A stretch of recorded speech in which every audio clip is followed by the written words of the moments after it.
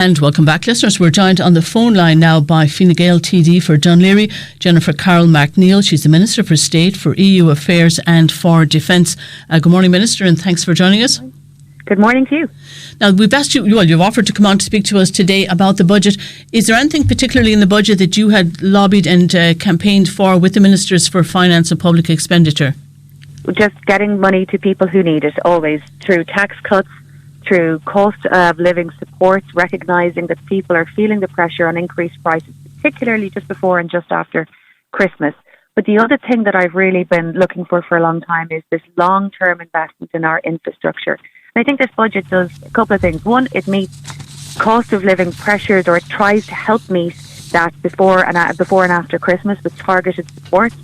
It has the general budget, which is about increases to pensions, and more, free school books for people up to leaving cert, more special needs supports in schools, the broad budget that we see every year about developing our public services, and then this longer term investment. And that is going to be so important for us over the next 10 and 15 years. Really, we need to secure our future now with the cash that we have available, that we're fortunate to have available to us at the moment. That won't be there forever. And we have this opportunity to use this bit of a windfall that we have now to really invest in our renewable energy, our grid, our housing, and that's what we saw in the budget yesterday. So I'm quite pleased to see both immediate supports where people need them, and this longer investment from the bit of windfall that we have to really secure our future and really plan competently for how the island is going to develop and what we're going to need. Yes, the government is in a lovely position in that revenue from sales from the Allied Irish Bank shares about 3 billion, the Apple tax 14 billion, corporate tax receipts being very positive. That may change either the company's performance or a broader change in taxation policy, and also having a huge surplus on the National Training Fund where employers were paying a levy but all of that money hadn't been spent. But given all of the surplus and the funds that were available, a lot of people have been critical that there's no vision in the budget and that too much money is being spent on short-term measures. Minister Donoghue said the government wanted to give value for money, but people see just this week on the Children's Hospital, modular homes and the bike shed, the government haven't been able to control spending on capital projects. Is that a worrying issue? Well, I think, look, when you look at the balance of short-term measures versus longer-term investment, you're looking at about, 2 billion euros in terms of short-term support, but you're looking at a combined 14 plus 3 plus, nearly 20 billion euros worth of investment in the longer term. And that's in addition to the money that we're putting into our Future Ireland Fund, another 4 billion going into our Future Ireland Fund. So, the scale of investment and the money for investment really absolutely dwarfs any short-term measures. But you're right to identify how we need to make sure this is delivered. We have 3 billion euros from the sale of the shares, of the bank shares. 1.25 of that is going into the Land Development Agency, the housing, the state builder. Now, last week I was out in Shankill in my own constituency where we were launching 600 homes that had been delivered by the Land Development Agency. And that project came in on time and within budget. It's a professionally run organisation, and we need to see more of that approach. And that's what Simon Harris wants to bring into a dedicated Department of Infrastructure, is that centralised professional management of big projects, because there's too much a little bit in transport and a little bit in energy and so on, and it has to be centralised to meet the professional approach, the competent approach that we want for this major investment that we need to do. So that does need to be made better, and we've heard that very clearly and we've seen that very clearly. But is there any evidence you'll be able to deliver that? The children's hospitals, is nothing short of a disgrace in terms of the delays, the overruns, the fact that there's no board, there's no CEO, there's no management structure in place. The modular homes similarly have been a hugely excessive increase compared to what they were initially planned to be. In this budget, the state government is setting aside 2.1 billion euros to provide accommodation for refugees and asylum seekers. People are just concerned that because we're so flush with cash, the government are not properly controlling it.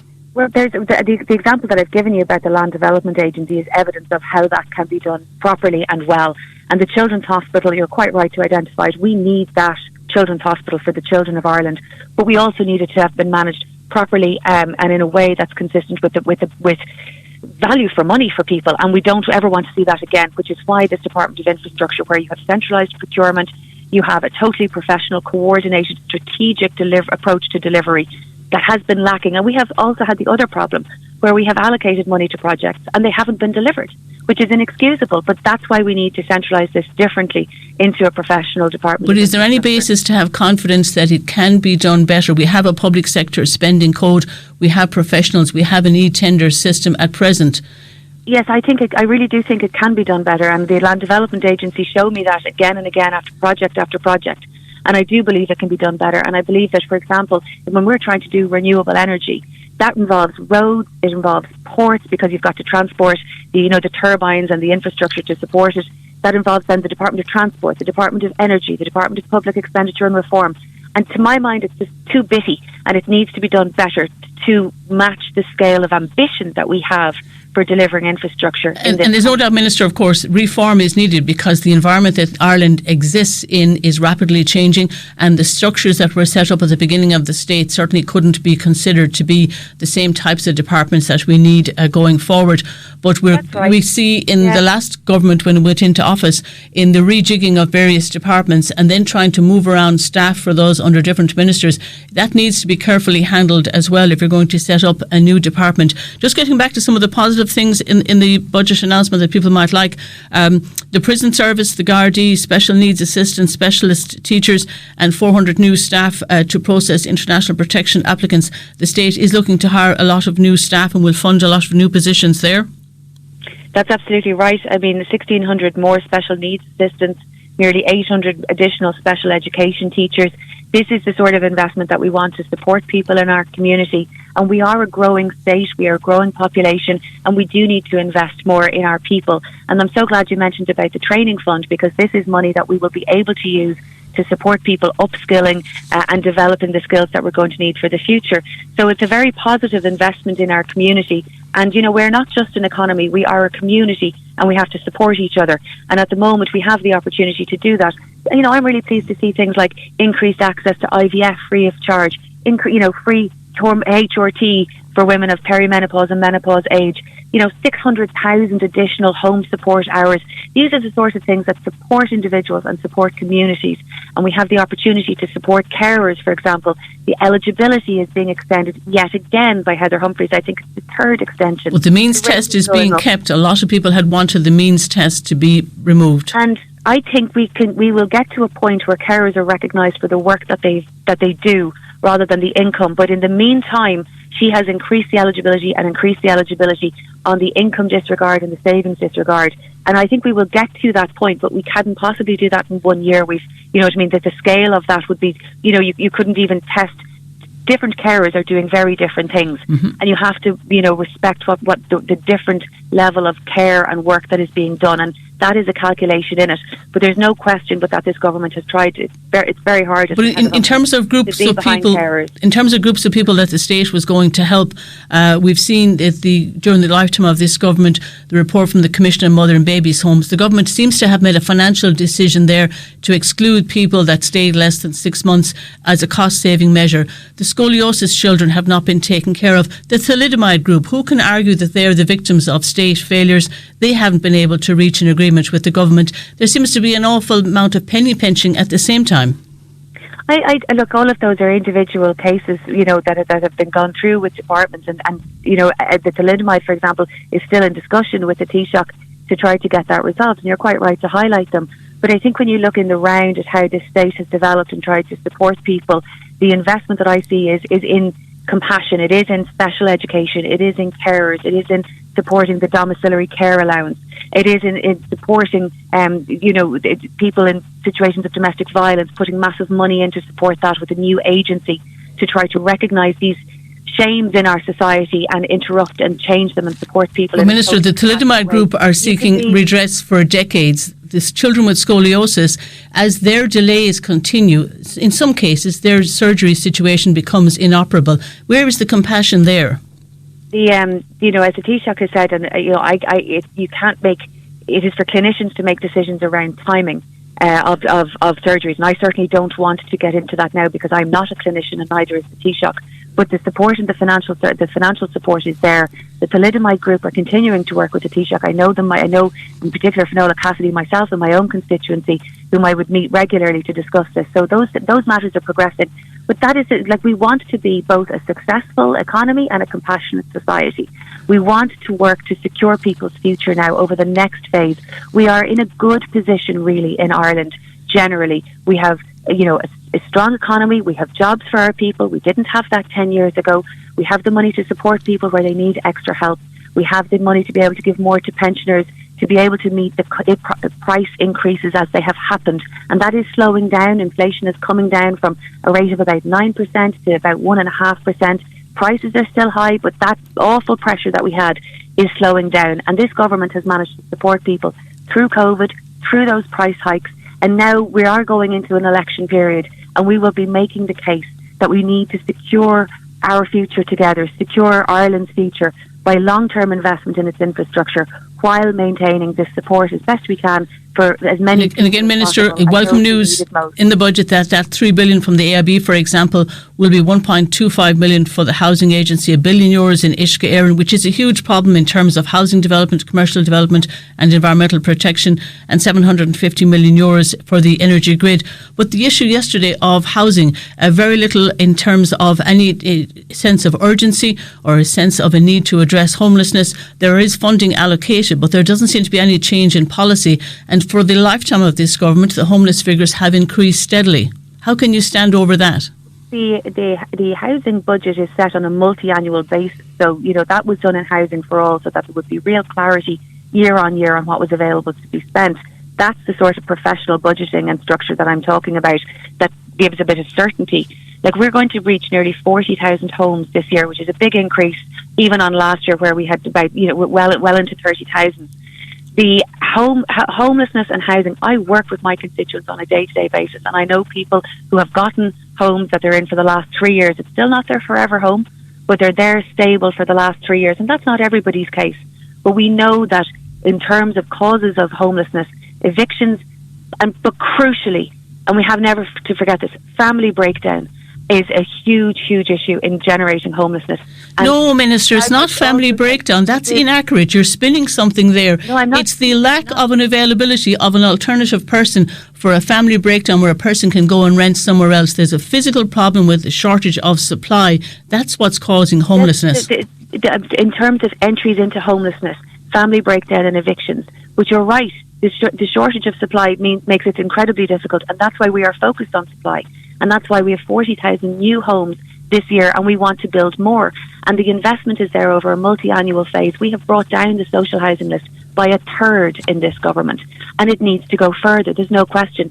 But the 600 homes that I mentioned there in Shankill last week, they are social and affordable homes, both for purchase and for rent. The rental is the first real tranche of cost rental apartments that are going to be fixed rents at well below market rate, and those rents will be fixed forever.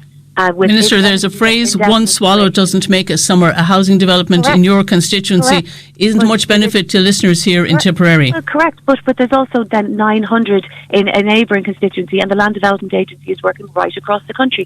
I'll give you one example because it's 600 homes, and it just happened to be last week. But the Land Development Agency is working in Galway and Cork, right across the country, to turn state land into affordable homes. And that is, as you have said, gotten an extra €1.25 billion just yesterday, and that's on top of the very strong capital position that it already has.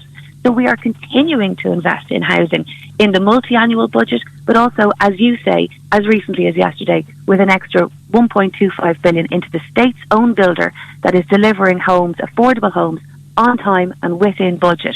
And that's the model that I want to see right across the board in terms of delivery of infrastructure. And again, in terms of the state's rosy position in terms of finance, although we do have a significant state debt, one of the big projects that's going to perhaps come in the next couple of years, the Uisce Éireann project to build a pipeline from Shannon across Tipperary and into the eastern region of the country, that could cost up to €10 billion. Do you feel the government will be able to ensure all state agencies, whether it's the OPW or Uisce Éireann, will be able to fund and control the expenditure in these projects?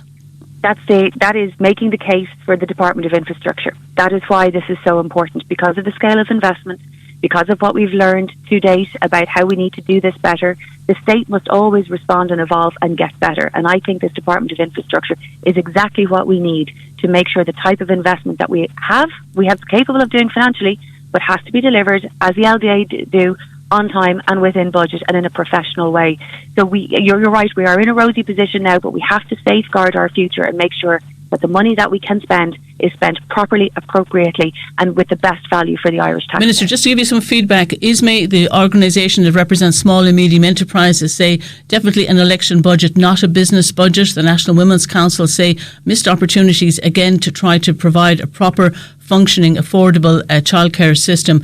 We've seen the Restaurants Association, the Vintners Federation, the Irish Hotels Federation, all aghast that the VAT rate has not been restored.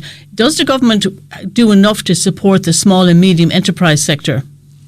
The small and medium enterprise sector is what we have tried to target, both in the in the supports last year and then again the energy credit before Christmas this year. But what we don't want to do is support big hotels and their dynamic pricing and so on. That is not what we want to do. And Peter Burke really is trying to support small enterprise.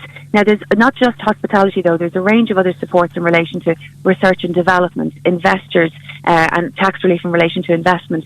That is also very important. It might seem a bit more remote than something as visible as VAT, for example, on the hospitality side, but it is just as important for the development of businesses and investment in developing small businesses into medium enterprises, because they are the people who employ the bulk of people in Ireland, and it is such an important sector. But they're closing at a great rate, Minister, because they say their operation costs can't survive, and they've asked the government to give them some leeway by reducing the VAT back down to 9%, which most of those businesses, I think, would be keeping that. There wouldn't be a reduction passed on to customers, but it would mean that perhaps the business would continue. It is what customers pay, and but the difficulty with that, as you know, is that the hotels and the hospitality is included in the round. So that means your big hotel in Dublin is treated in the same way as a coffee shop in Thurles, and it's not possible to separate that out, or the way hasn't been found to separate that out, I might say. And Revenue are telling us that very, very clearly. We don't want to give money to big hotels. We do want to give money to coffee shops, and that is what we have tried to do with a more targeted support based on rates. And there will be 39,000 businesses getting about €4,000 to help support. Now, I think more will need to be done, and certainly you will see in the Fine Gael manifesto more emphasis on that. But that is the reason why it is to try to prioritise the hospitality business on the street over the major hotel in Dublin. But the Vintners, the Restaurants Association and the Hotels Federation are all really concerned that they will just see more closures, which a lot of these jobs are in rural communities, and a lot of these services, it's the only employment opportunity and very important for the social life in that community. They're really concerned that the government have completely screwed over that sector in terms of its commercial viability. I hope that is not the case. I don't believe that is the case. We are trying to support small business first and prioritise that over bigger hotel chains. But look, this is something that you will see Peter Burke continue to work on, that you will see priority in the Fine Gael manifesto. I do recognise that costs rise. And again, what you're trying to do all the time is support people who are working. But of course, employers have to pay those salaries as well. So I really do understand and recognise that pressure. And various organisations then have said the government had a spending target of increasing spending by 5%. You've gone close to, I think, a 9.2% increase in expenditure. Is the imminent election really dominating the government's thinking in this budget? No, I think the security of Ireland and the people of Ireland is dominating this, as it has done every other budget, where we've increased spending for COVID supports and we ended up in a deficit and we came back to a surplus, where we increased spending to meet people's energy costs and we were under public finance pressure and we're back to a surplus. We are working to do two things: to develop Ireland competently and securely over the long term, and to meet the needs of our people, our community, together as they arise. We are not just an economy. We are a people and a community and a society. And politicians and community groups and community leaders recognise that, because they see the pressure that people are under on a day-to-day basis. I am not here to get an A+ from a pile of economists. We are here to serve the people and develop the Ireland in the long term and to meet their needs today. And because we have the money today, because of the management of the public finances, we are in a position where we can give people money where they need it, particularly on energy, particularly before Christmas, because energy prices spiked because of the invasion of Ukraine. But long term, this country is going to become energy resilient. It is going to be a secure energy place where we are exporting energy, not importing it, and where we don't have price fluctuations of the kind that we had, and where we're not dependent on other people to sell us gas or to do things like that, where we can generate our own energy in the Atlantic Ocean, in the Irish Sea, and be secure in it for the future.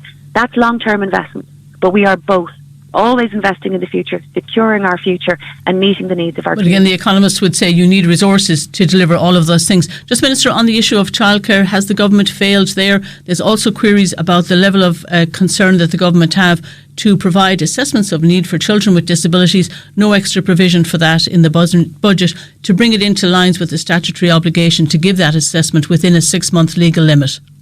Yeah, and the biggest difficulty there is not finances, but of course resources, people to be able to do that. And that's certainly the biggest issue in Carlow, for example, where I was there last week, or in my constituency. Anne Rabbitte has the funding, but we are real difficulty hiring the people to do it. We simply don't have enough people to do this. And that's why the skills training through the National Training Fund and others is so important, and really activating the people that we do have. And Anne Rabbitte, I know, is working tirelessly with the HSE, but it's not enough. And the HSE need to do a better job in making sure that those places are filled and that the resources that we do have are managed more effectively. Minister, again, lots of organisations talk about the fact that schools, hospitals, to have staff, the staff obviously enter those careers and have their training and then be hired by the agencies, but their inability to be able to secure and afford housing is causing difficulties. The housing issue seems to be here fundamental to solving a lot of our problems. The housing issue is one of our biggest issues, and that is because of how quickly our population is rising. But, we are dedicated to really supporting children with additional needs. I see, there's nearly 800 additional special education teachers, 1,600 more special needs assistants. These are important investments in special education, and there have been so many additional classes in schools, special classes in schools, that bring a much more inclusive approach to special education, a much more inclusive approach to schools generally, and help meet the needs of more children in the school environment. On childcare, we have reduced the cost of childcare by 25%, nearly twice, but it's not enough. And as a working mum who's paying childcare as well, I know exactly how that feels. Fine Gael want to get to a point where we have a universal free childcare that you think of in the same way as primary school. It's local, it's available, and it's there for you. And that's going to take us the next government term.